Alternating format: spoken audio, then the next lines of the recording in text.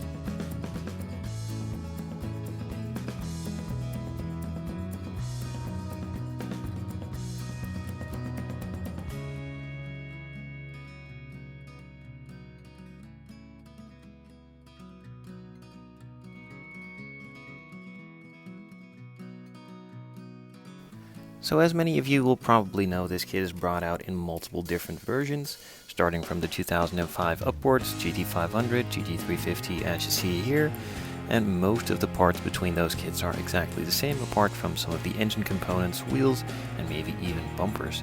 Now nonetheless, these engine components are nicely detailed as you can see here, and build up to a really good looking replica of the actual engine used. I'm really looking forward to building that. And aside from a nicely detailed engine bay and engine, you also get a nicely detailed chassis with lots of various different components, separate parts and pieces, and making it a lot easier to paint all the different parts too.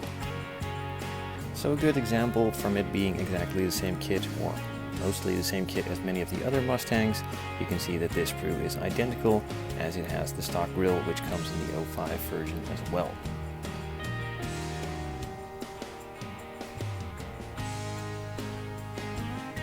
And some other of the sprues that are the same are some more for the chassis.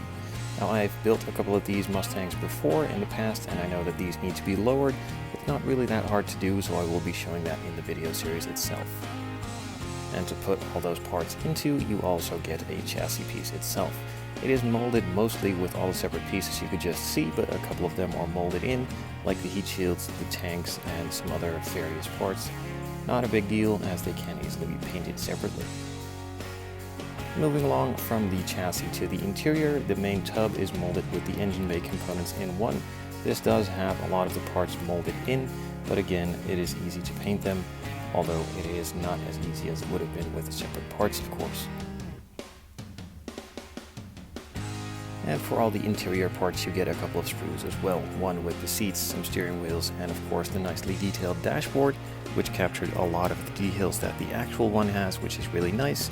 The center console with the manual shift knob, or shift boot at least, and of course the shift knob, and even some details for the headliners with some of the sun visors. And on the other sprue you get the seats, which are two parts, back and front of course, and the nicely detailed door panels. With this one you also get a spoiler and of course the firewall and some side mirrors too, which are again nicely detailed and captured a lot of the shapes correctly. For some of the other parts you get some more of the engine bay components, even a strut brace looks like it, some scoops for on the side, the nicely detailed hood, which is different from all the other versions, and the really mean looking front bumper.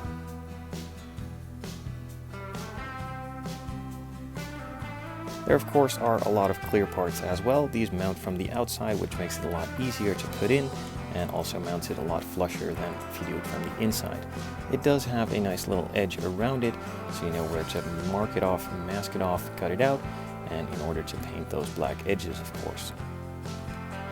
Other details like the reflectors on the rear lights are captured as well, and of course the same goes for the other clear parts.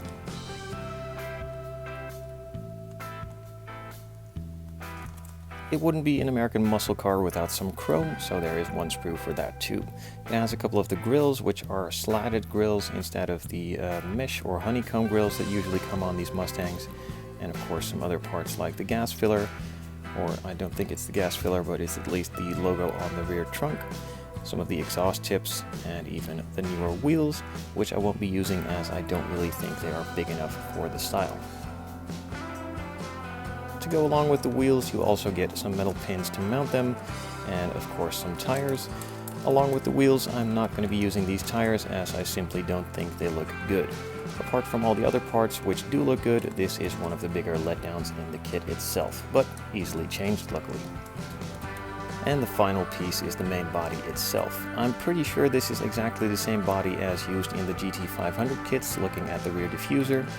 And apart from that, it's mainly exactly the same as all the other Mustangs from this era.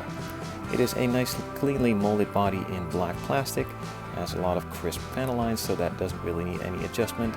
It does have some mold lines, which are pretty thick, but again easily spotted, so not that big of a deal. It has some details molded in for the taillights, which is nice, as most kits don't have any detail here whatsoever, so this does brighten up that rear.